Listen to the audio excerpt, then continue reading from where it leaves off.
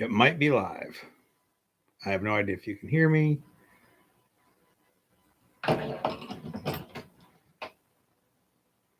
I was technical difficulties.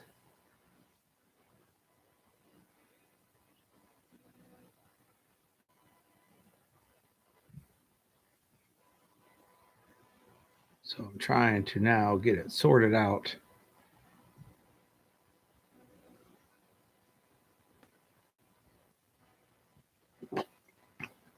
Ugh.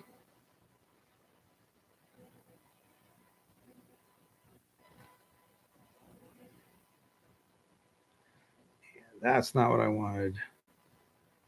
This isn't what I wanted. A whole bunch of not working the way I thought it should.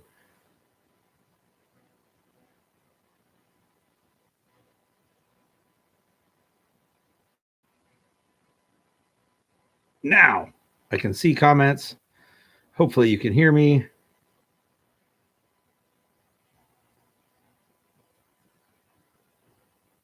All the regulars are here. I am late. All right, Javier says you can see and hear me. Woohoo!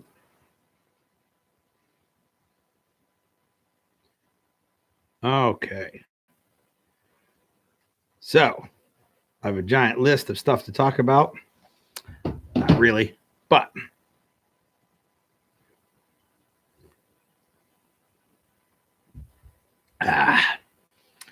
now finally it is working. I had no microphone, so there was technical issues and trying to locate things, and then no connectivity. Then my stupid mouse wouldn't work. 80 degrees in Jacksonville today. It was not 80 degrees here.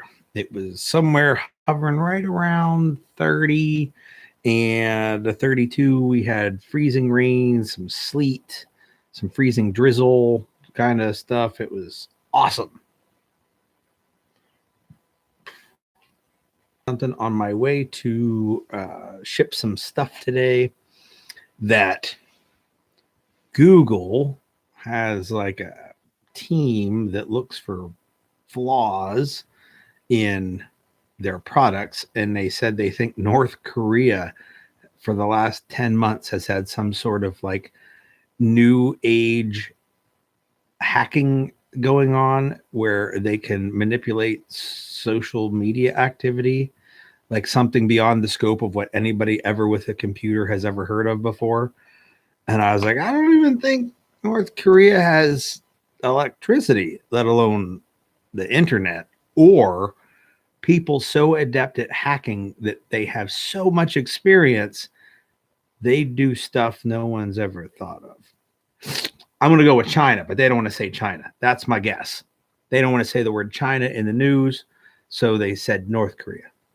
And of course, North Korea won't be angry about it because North Korea will never read the article.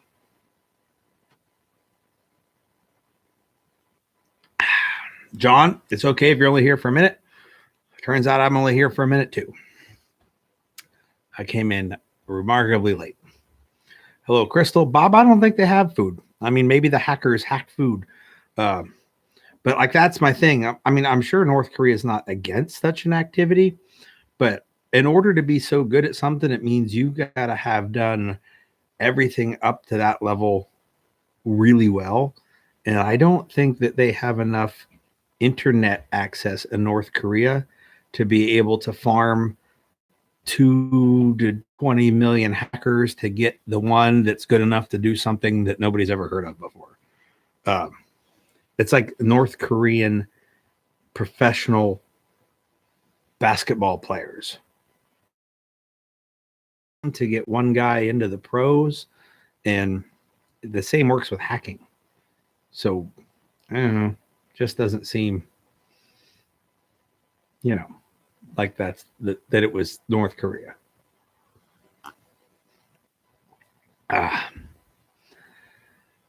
Today's live stream is brought to you by the good folks at Rock God Brewing. You can just barely make out the growler in the back corner there.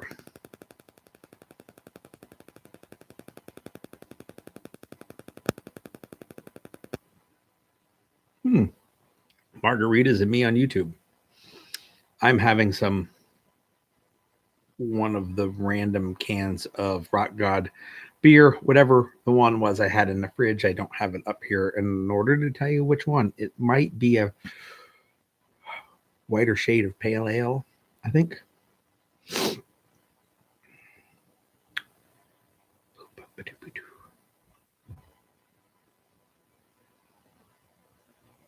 All right.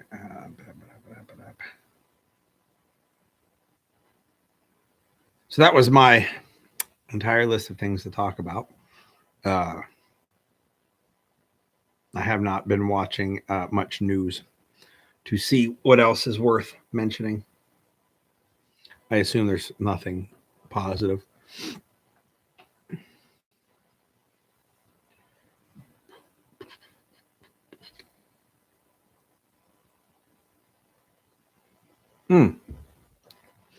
Mention this.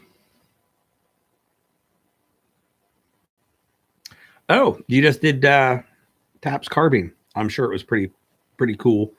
Taps pistol was pretty cool, so I assume Taps carbine was pretty cool as well. Good. It's hard to get a good comparison for a first class, but having had Pat as an instructor, it compares really well to anybody else's offering. So I'm glad you had a good time. I'm not surprised in the least bit. In fact, had you said it was anything but awesome, I'd have been surprised. I don't even know what the ammo situation looks like here locally. I haven't looked for any in a long time. Probably locally, I haven't looked to buy some since March or so. I have bought some online direct from Federal, but that was it. That back when Federal would let you buy a fair amount, they did not. They're down to like if you buy a 9mm, a 2-box limit, but you can't get free shipping until you buy $149 worth of ammo, and 2 boxes was less than that. I think it was. I want to say a box of 50 was. Man, I don't even remember. I really don't. Was it like 40 cents a round, maybe?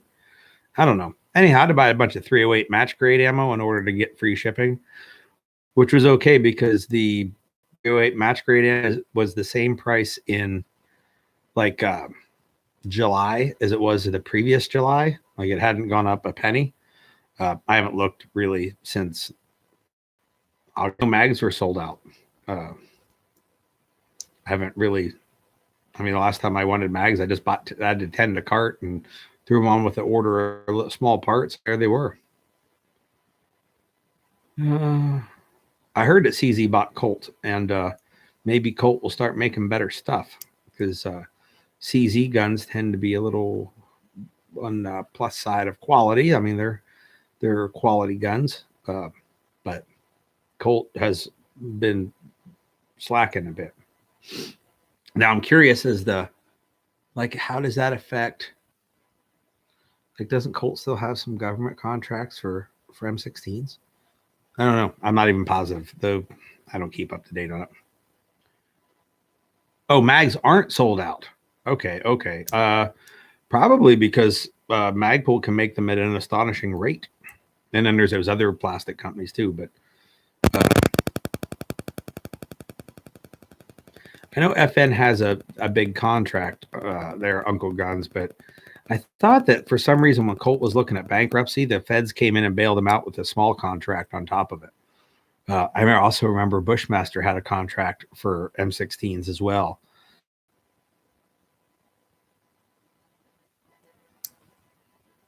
Best brand of battery-powered tools. Damn.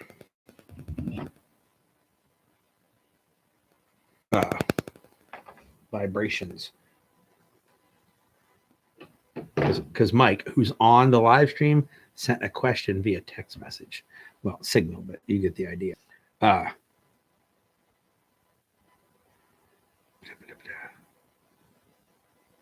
Oh yeah, we're talking about battery-powered tools. The only battery power tools I own are Ryobi.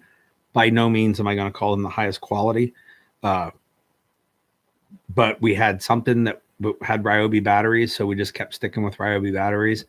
So I meant Ryobi tools, and at Home Depot they were rather affordable, and I only really use them to build like bookshelves and launch ramps for my kids.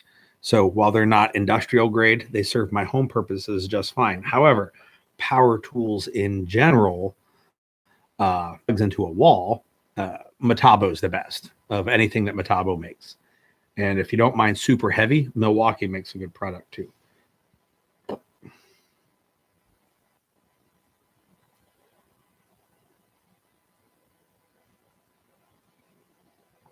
Big Daddy Unlimited, not Big Tex Outdoors and not Tex Grebner. I used to think all three of those were the same thing. Somehow Tex Grebner was the only thing with Tex in it. Big Tex Outdoors, Big Tex Unlimited. That's Big Tex Outdoors. He was Tex Grebner, and Big Daddy Unlimited and Big Tex Unlimited, Big Tex Outdoors were the same company. Like I never realized they were, like for years I thought it was all Tex Grebner's company, which apparently it's not. I just wasn't looking to buy any. I never used it because there was nothing I was looking to get, and but I did see that the prices on some things that I had recently purchased in the past year or so were pretty good, but I never used it because there wasn't anything like in that month that they had in stock that I was looking to get. I think the month that I had it, the only thing I bought was a Surefire Vampire, and they didn't have any in stock. So I think I ended up buying that straight from Surefire.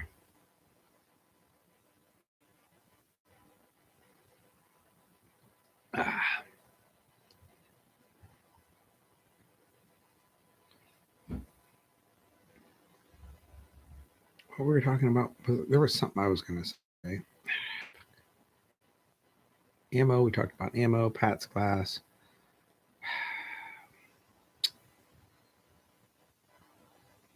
Man, I thought there was something. So this is typically when SHOT Show happening, like near the end of January. So I would have thought that there'd have been some companies releasing some stuff that would have been pretty cool.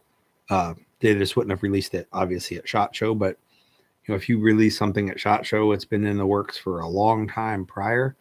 And I haven't seen anything. If you've all seen something that looks pretty amazing, let me know. I like caught up on all the stuff that Magpul's bringing out, and all that stuff was neat. It wasn't anything where I was like, yes, finally.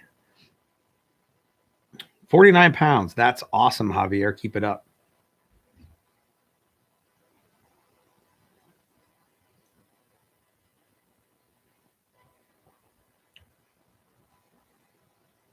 Is there something gun related, training related?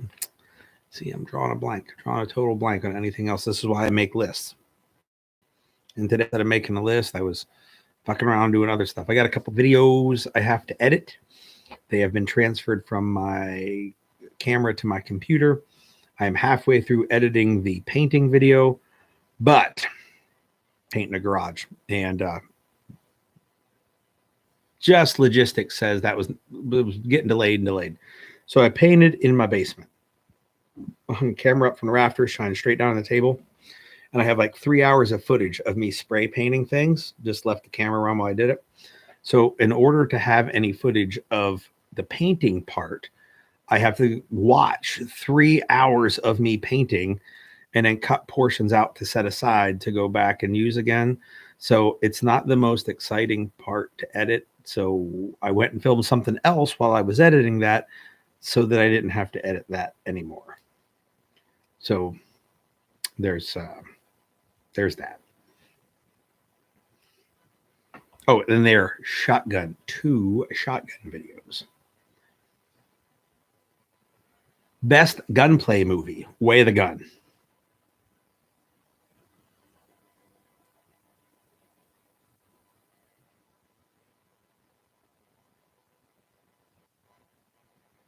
I would say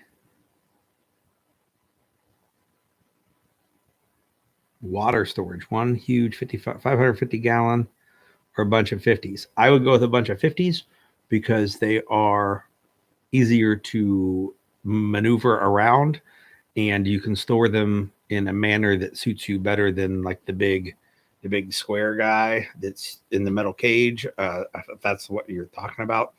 But like with a hand truck, even a 55 gallon barrel full, you can pick it up and move it around if you don't want it in the location that you are collecting water at. They're cheap enough.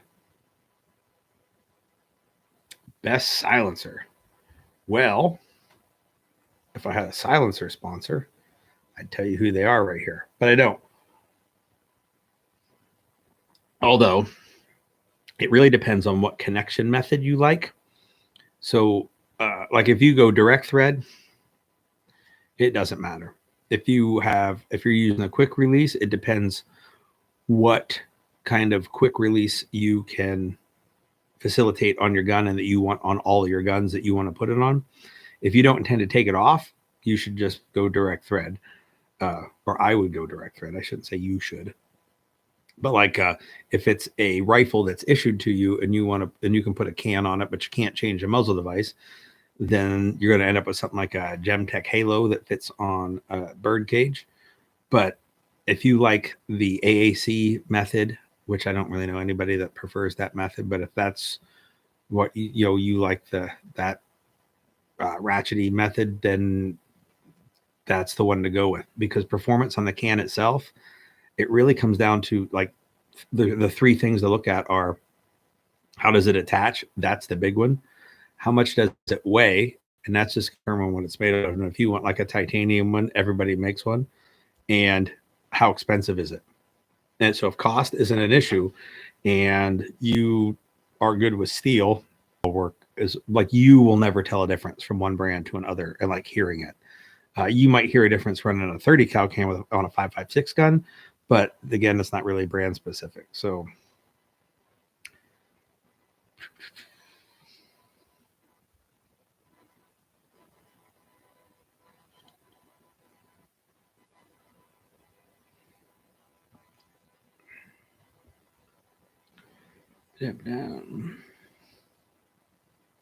I have done both prescription shooting glasses and contacts and regular eye pro.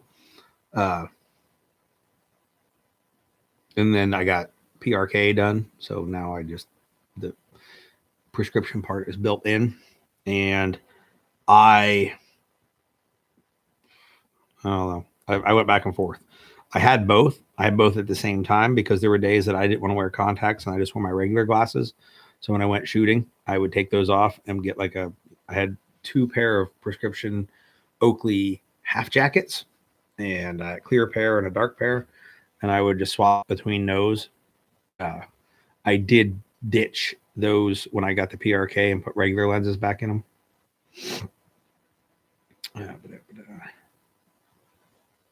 I haven't even looked to see who has silencers in stock. I really haven't. Medical courses. I've done a 1-day critical blood loss class, but not a 2-day class.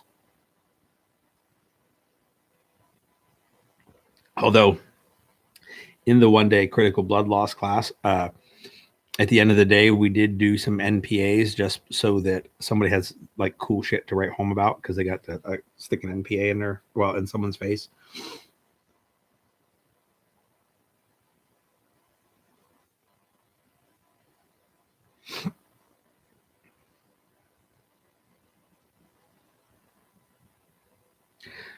Yeah, I did the 1-day shot class, Bob, because it was what the host had asked me about, and that's what he had available, like time wise, to get people there, and it worked out fine. You could get a lot more like hands-on practice in a 2-day class, and some extra bits of education in it with a second day. But as it was with 1 day and just talking about specifically critical blood loss, it was like we didn't get into any airway or anything beyond, I'm bleeding from, is it junctional, is it a limb, or is it on the torso.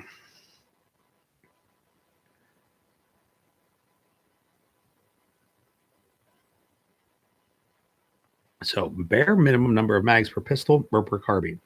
So if we're talking owned, for each type of pistol, I would say like 50 magazines. So like if you have a Glock, you should have 15 Glock mags. If you have a 2 Glock 19s, you don't have to have 30 Glock 19 mags. You can have, like if you had a Glock 26 and you had 15 some random Glock magazines, that'd be fine. 17s, 15s, or 17s, 19s, or 26 mags. That gives you plenty of mags to beat up at training and to have some who don't necessarily stomp into the mud all the time. I am a proponent of keeping your carry mags, treat them okay instead of abuse the shit out of them in training. The easy way to do that is once you function test them with a few magazines of ammo and you put, Defiant TCX in it, just don't shoot the TCX when you're out practicing or at class. And then when you're done, you can put it back in. And it's a good way to identify the training mags from the regular mags based off of the ammo that you put in them. Personally, my carry mags, I Cerakoted all the base plates gray instead of black. I have some that are yellow as well, but the gray ones are carry mags. And then like if that thing's, I use it a bunch because I'll still shoot, my carry ammo once in a while to make sure that cycle through it. At some point, if I want to move that whole magazine over to a training mag and put a brand new mag in the rotation for a carry mag, I'll just swap the gray base plate out and put it on the new mag. With a rifle, at least I would say 25 mags per type of rifle. And if you have a bunch of ARs, like say you have 5 ARs, you're going to need, like those 25 mags would be great for training, but you also need an entire loadout for each one of those rifles. So like if you figure a loadout is 1 in the gun and 6 spare mags, if you had 5 guns, you'd have to have 35 separate magazines loaded for those guns. That's how I'm thinking. Because if you have to hand that thing to somebody, and we often talk about like we buy extra rifles so we can arm someone else. Well, if you give them a rifle and the only magazine you have for it is the one in it, that's not really arming somebody else. So full loadout for each one, and for practice and training purposes, you should have 25 for each type of magazine.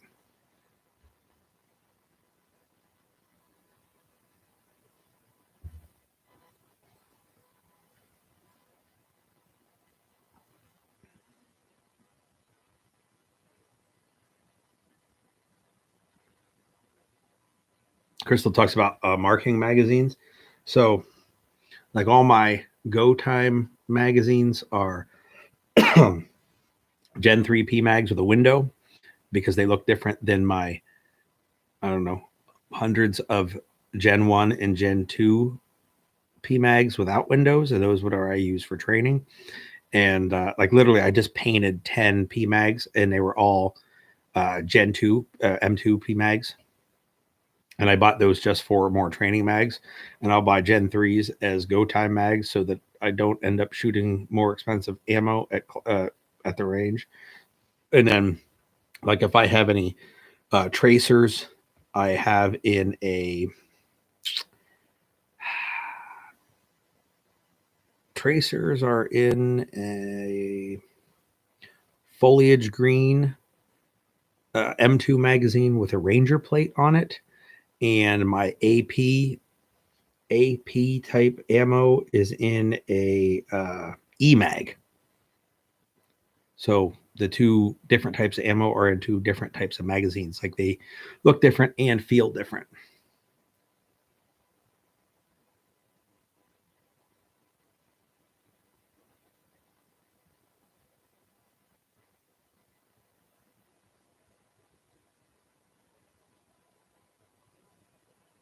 I've never used a Terran tactical mag extension, so I don't have any idea if they're good or not. I want to say I've seen some in class, but I can't positively say they were the Terran Tacticals.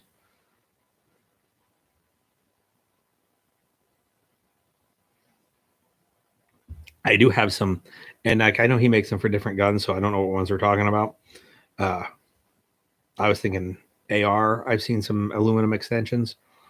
Pistol, I've seen some on Glocks, and they seem to work all right. I have some Samson extensions on my M&P mags, and they seem to work fine.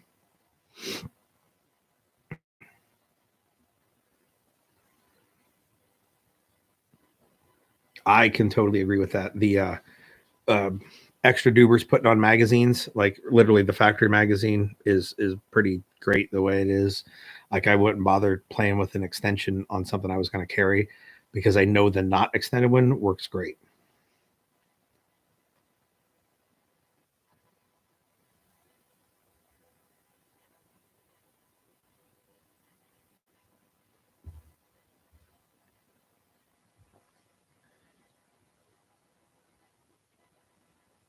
I saw up earlier when they were talking about eyeballs that Javier said if you have astigmatism, you're screwed.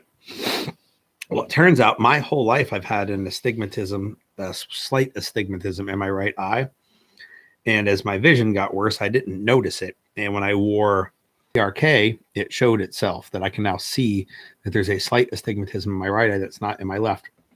And if I aim a pistol right-handed with a red dot and I look through it with my left eye, the dot gets crisper. And I'm going to say it hasn't been totally being screwed. I've managed to shoot fair to middling all these years with one, and it was fine. Even like the know your limits drill, which is like some pretty precision shots, even with an astigmatism in my aiming eye or my dominant eye, I still managed to clean that with a pistol and with a rifle.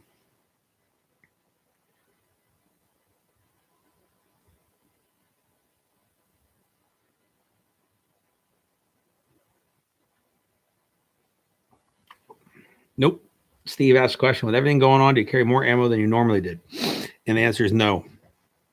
To a SIG 365, I went from 15 rounds to 12 rounds. So I got 12 rounds in the gun and 12 rounds in this. Actually down some ammo from before, but not because I chose to go down ammo. The magazines are smaller. And when I bring a rifle out, it's the same. It's enough to get in a pretty healthy rifle fight. So I don't consider getting into 2 rifle fights to be any more likely than it was in the past. And I also tend to avoid places that have a higher propensity for violence, like large population centers. The largest town I've been in the last 6 months has like 30,000 people in it.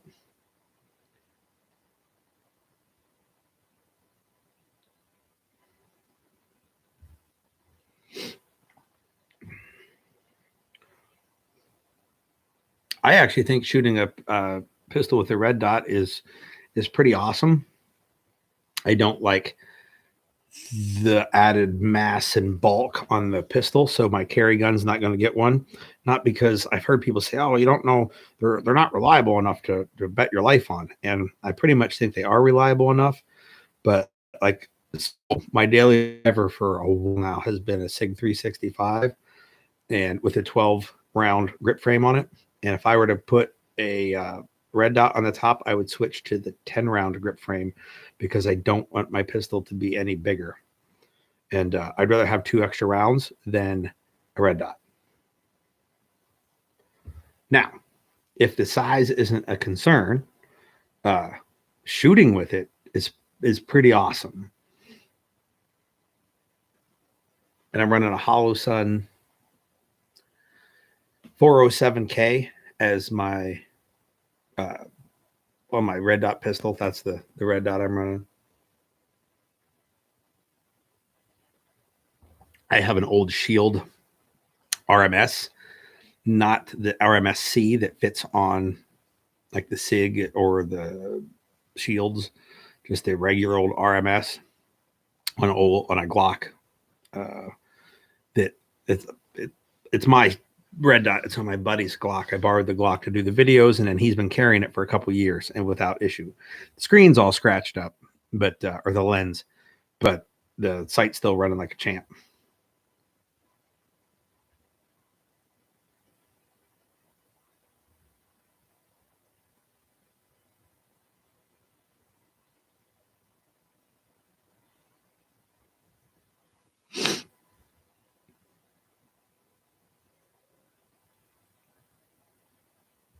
So I am going to get, and it's just not going to happen necessarily soon, but probably before my next gunfight diagnostics. Well, not my next one, because my next one's in Texas in March, but the one in the summer here in Pennsylvania, I will probably have a red dot equipped gun for force on force that people are willing to try. And because really, when you're talking anything on a pistol and what you're carrying, if you don't like, when you think something's neat, it means nothing if you can shoot more accurately. It means nothing if you can shoot more quickly. It only means something if you get more hits in good spots against a resisting opponent. So the first step of like, hey, I can shoot further distance, like with a red dotted pistol, which I think everybody can. And with a little bit of work, you can get accurate hits more quickly up close. But if you're not getting the same results when you're moving with a resistant opponent, then it's not, no matter what it is, I don't consider it worth the money. It could be worse, but if it gives you no benefit, then there's no benefit. It's just spending money. So everything needs to be pressure tested in force on force, whether that be gear or new ways of skills or tactics. It doesn't matter if it's pretty cool on the range. Like, we can come up with 17 different ways to move your feet while you're shooting a gun. And if those don't result in more wins in force on force, it doesn't matter if it's more accurate on cardboard.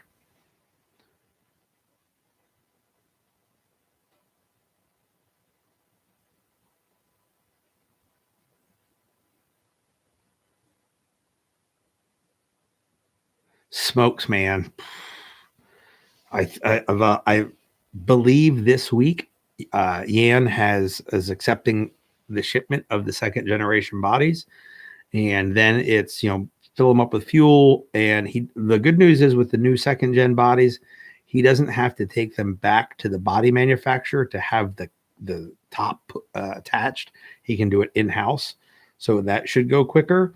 But it's been a fight for this change from first generation to second generation.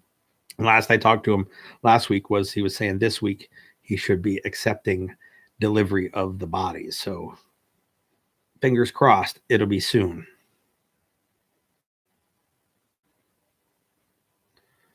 Yeah,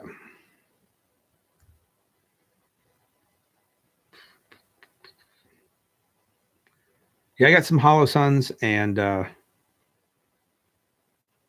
the glass is probably not as clear as an aim point. I think the dot is more round than an aim point.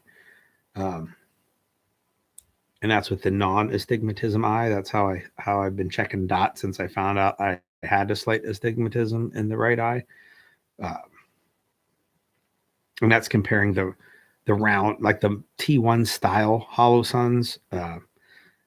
I know they have some other ones that look different. I don't know anything about those ones, but the T1 style against a T1, I think the glass in the aim point is better. I think the dot is crisper on the Hollow Sun, but I don't like those small little dots as much, or small little windows as much as I do other optics. So to me, it's Hollow Sun or nothing in that size, because I'm using it. Like, I'm buying more than one to put on a bunch of rifles that would be ones that are second, third, fifth order of effect for me. My number one gun, I want a bigger window on it, so I will put an MRO, or if I was going to run an aim point, it'd be a comp series and not a micro series.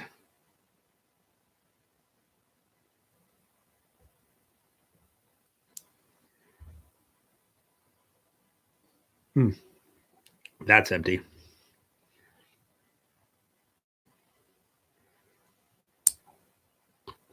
catching up on the comments here.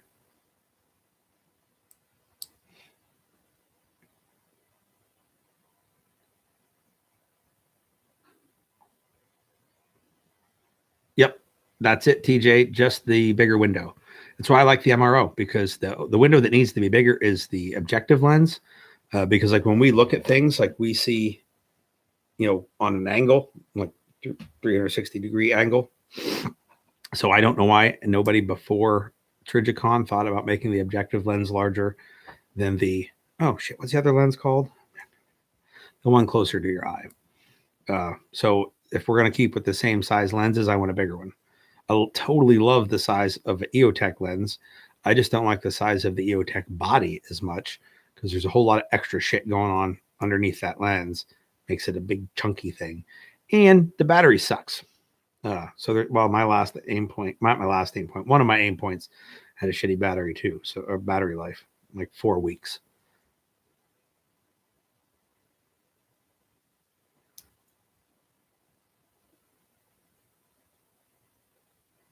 To each their own. I just prefer not to have that super small window. So like I would go with like the hollow. I think the Holosun's a quality optic. I just wish they made one that wasn't tiny. I would run like an aim point as my second choice that had 2 big lenses. And I know Holosun has one that looks like a backwards EOTech, so it's got that big square window, which I love the size of the window, but nobody makes a mount for it. So I don't understand why they even made it, because they can't make mounts, and they know they can't make mounts. They use like screws made of lead, and because they're so soft, and then the mount itself is super weak as well. I have seen aim point mounts or Holosun mounts, they're like square and you can see through them. They're hollowed out. They have been bent like a parallelogram. So you have to put somebody else's mount on it, which doesn't make it as an affordable of a mount or optic option, but it's still cheaper than an aim point. But the problem is, if it's going to be my main optic, it needs to have a bigger window than what a T1 or a Holosun has. So the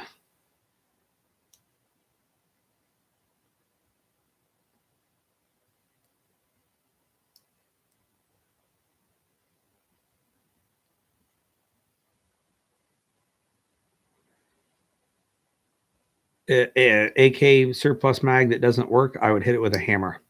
Must be smashed. Javier did the work finding out that the regular MRO doesn't work with the Trijicon HD magnifier. You need the MRO HD. I'll never run a magnifier on a gun, so I didn't know. TJ, I know that Holosun makes a military grade red dot, and it's super heavy because they make it out of titanium instead of aluminum and call it military grade. And I was like, but we're putting it on an aluminum gun. So why does it have to be? Anyway. I'm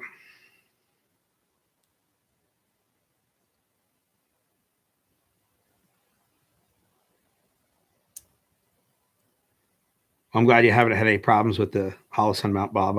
I have seen probably 24 of them that needed to replace because they had stopped functioning as the company sent them. They were essentially all twisted and bent.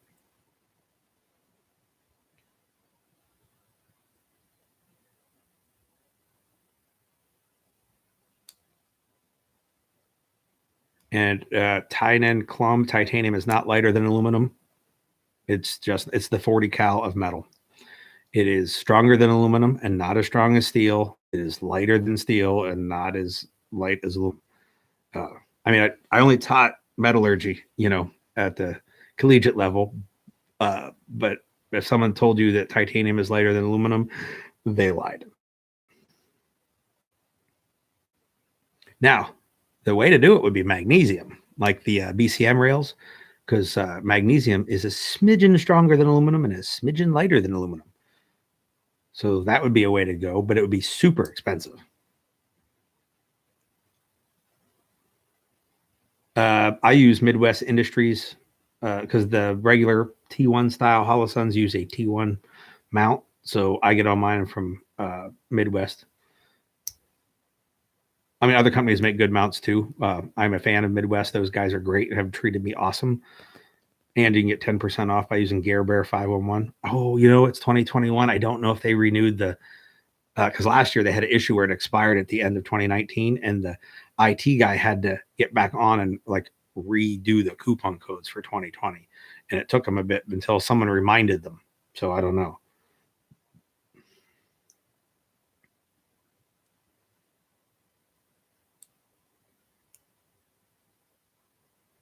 Whew. Adam's getting all deep in the SERP here now. I have Bulgarian plastic 74 mags, Magpul 74 mags, and somewhere in this house is a Bakelite 74 mag. That's all I have. I don't own any steel AK mags anymore. Oh, I have a couple mag lugs on them in my rope bag, but I don't own a gun to put them in.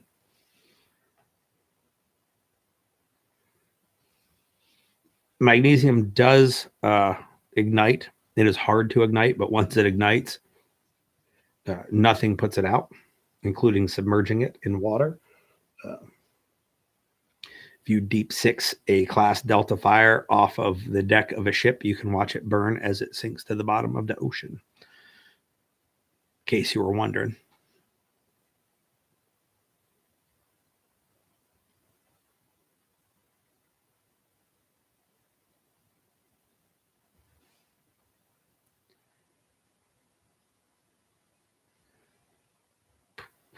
All right, I think I'm caught up on the comments. Speaking of Midwest Industries, and earlier I mentioned painting, over my shoulder is a finished painted MI10. So that's done. I think I put a picture out. It turned out pretty okay.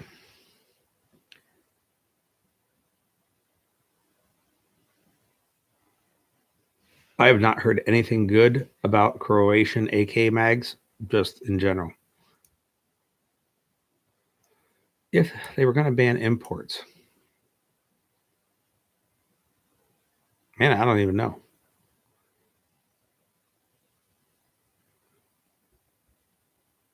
Like, even if nothing was in potential of being banned, I don't have a lot of shit I want to buy. I don't have anything domestic. I mean, I'm looking at buying a new Cry plate carrier, but I can't find one in stock. But like literally in the entire gun industry, that's the one thing I'm intending to buy. Javier, I had the German Shepherd puppy on a live stream a couple live streams ago. Klaus is his name. He is downstairs somewhere. I hear my wife yelling at him. He's down 2 floors from me, so not the easiest to just snatch him up and bring him up here. Magpul with the steel reinforced. I have seen some of the locking lugs wear out on the plastic ones. I haven't seen any really break off in class. I was running the steel ones with no issue. The thing I like about about any plastic mags, Magpul or not, all polymer magazine, is when there's damage to the feed lip generally breaks off and all the bullets go and fall out. And then you know that it doesn't work. When a steel magazine or an aluminum magazine gets damage to the feed lips, you just spend forever trying to tap, rack, unload, reload, whatever your method of fixing a gun is. You do that a lot until you get out a set of calipers and measure the feed lips. And then you go, oh, this one was damaged and I had no idea until it didn't work. With a plastic magazine, when it breaks, it doesn't ever bend. It doesn't dent. It doesn't stretch. It just opens up, the lip breaks off, and you know right away.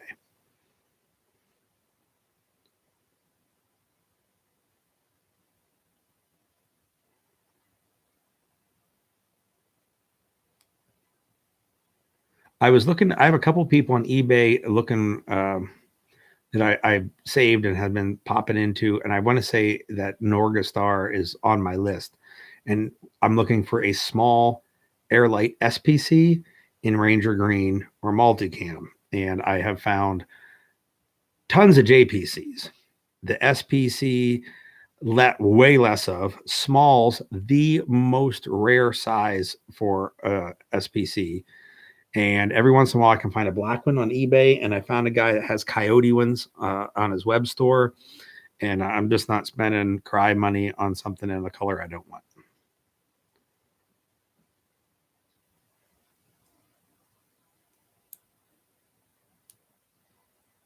Take it easy, Javier. Quality semi-auto shotguns worth getting. They're not super inexpensive, and I don't shoot enough shotgun. The Beretta 1301 is an awesome shotgun, but like if I'm going to spend $1,000 on a gun, it's not going to be a shotgun, and I just.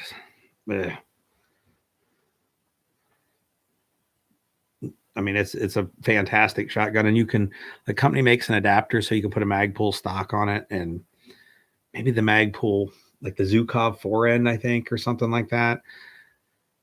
But because the furniture is big. But man, I just don't want to spend that kind of money on a semi-automatic shotgun for it to sit in my bathroom for 300 days a year, 300 and probably 50 days a year, and then 2 weeks of the year, maybe taking a class with it, teaching a class with it, and a few days of practice with it. Like it doesn't warrant that kind of investment.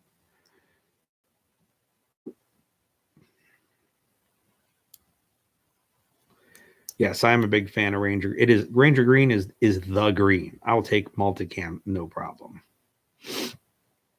No, I just can't find a size small Airlight SPC in stock in either of those colors.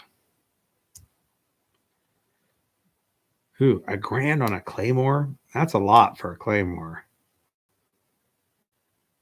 I mean, you only get to use it once.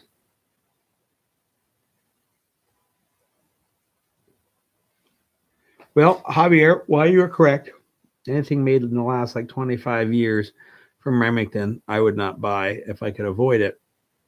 Or generally speaking, their ammo ever. But a bunch of different companies now own all the Remington plants, so maybe they won't suck. Again, one of those fingers crossed moments that Federal can get the Remington ammo plant together. Maybe whoever bought the Remington gun plants can get their shit together too. I don't even know who bought everything, because I know different parts went to different people, and I didn't pay a whole lot of attention.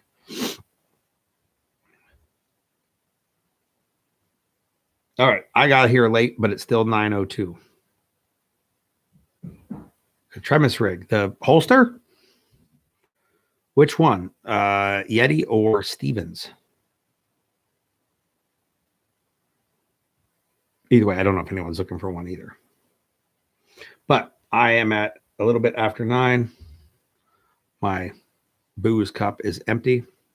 So I am about to disappear off of the interwebs and go to bed because I'm tired and all that stuff. So you all take it easy out there. I'm going to click the end of the live stream, and if there are things coming up, it wasn't really a whole hour, Bob. I was late trying to take care of microphone issues. If there is anything interesting that you guys would think would make a good conversation piece in one of these, shoot me a message in any fucking format between now and the next live stream, and I'll put it on an index card with hey, maybe this would be something cool to talk about. So you guys can help direct this as well. So you guys take it easy, and I will see you later.